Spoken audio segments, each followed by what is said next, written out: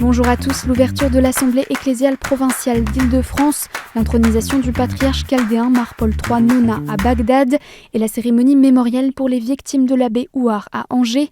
C'est aujourd'hui dans SIC, la sélection de l'info catholique.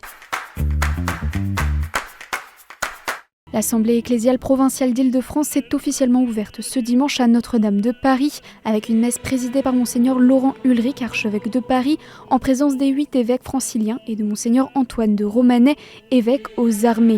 Consacrée aux nouvelles perspectives pour la vie de notre Église dans nos diocèses, ouverte par l'afflux des catéchumènes et des néophytes, cette démarche se poursuivra jusqu'à l'été 2027. Catéchumènes et néophytes n'entrent pas ici seulement en s'habituant à ce que nous faisons de l'Église, mais ils ouvrent notre regard à ce que le Christ désire qu'elle soit.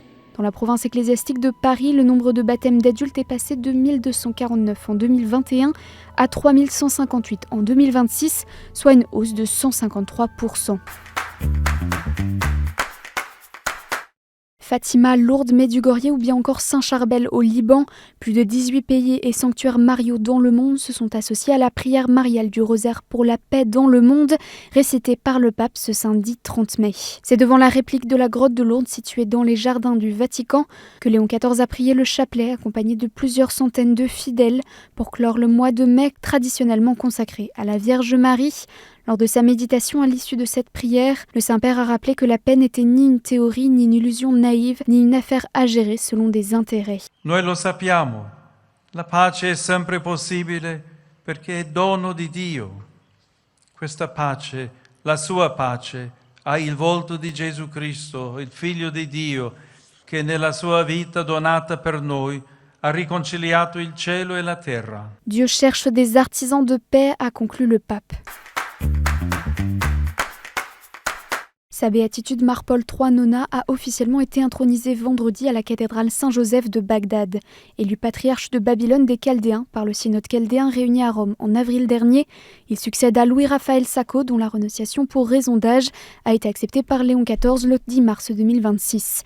Ancien archevêque des Chaldéens de Sydney depuis 2015, Mar-Paul III Nona prend la tête d'une église présente en Irak, en Iran, en Turquie, en Syrie, au Liban et dans la diaspora, regroupant 800 000 fidèles.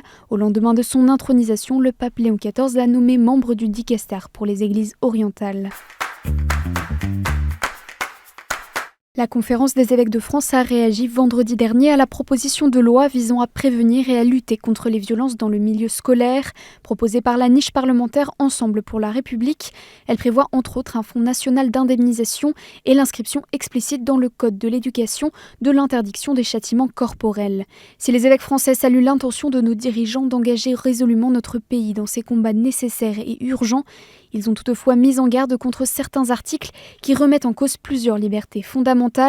L'article 9 prévoit par exemple l'obligation de dénonciation des faits de violence sur mineurs pour les ministres du culte et qu'aucun secret de la confession ne saurait s'y opposer, secret pourtant reconnu comme secret professionnel par la loi et dont la rupture entraînerait l'excommunication immédiate du prêtre concerné selon le droit canonique.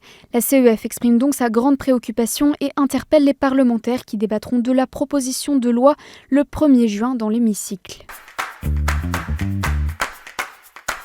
Samedi dernier, une cérémonie de reconnaissance, de repentance et de pénitence pour les victimes des violences sexuelles de l'abbaye Sainte-Marie Ouar a eu lieu à Angers, alors que 25 victimes du fondateur de l'IRCOM se sont faites connaître officiellement pour des faits d'agression et de viol sur des enfants et des adolescents qui s'étalent sur plusieurs décennies, notamment dans des établissements de l'enseignement catholique et chez les Scouts d'Europe. La cérémonie s'est déroulée en présence de Marie Derain de Vaucresson, présidente de l'instance nationale indépendante de reconnaissance et réparation.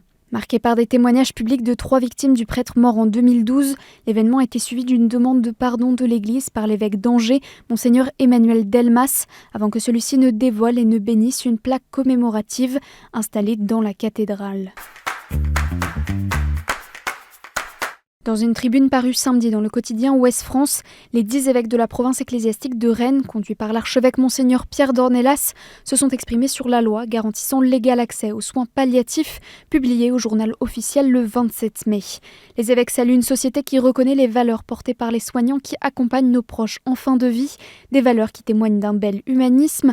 Concernant la proposition de loi relative à l'aide à mourir dont l'examen se poursuit, ils mettent en garde contre l'acte de donner la mort qui n'est pas un soin. La SFAP, quant à elle, a réagi dimanche au souhait du gouvernement de supprimer le délit d'entrave à l'aide à mourir. Si elle prend acte de l'annonce, l'association dénonce une diversion qui ne doit pas masquer le caractère profondément dangereux de ce texte. Proposée à l'initiative des évêques d'Île-de-France et du diocèse aux armées, la 17e veillée de prière pour la vie sera à suivre en direct sur KTO ce mercredi 3 juin à 19h30 depuis Notre-Dame de Paris. Et en bref, à l'occasion des 80 ans du Secours catholique, l'association organisait la deuxième quinzaine de mai des grandes tablées partout en France. À Paris, le grand final a eu lieu samedi. Les festivités ont démarré par une marche fraternelle, puis se sont poursuivies au Champ de Mars. Ce dimanche, 5 fidèles laïcs, 3 femmes et 2 hommes, ont reçu un ministère institué par l'évêque de Liège, Monseigneur Jean-Pierre Delville, une première pour le diocèse belge. 2 ont reçu le ministère d'acolyte, 2 celui de catéchiste et 1 de lecteur.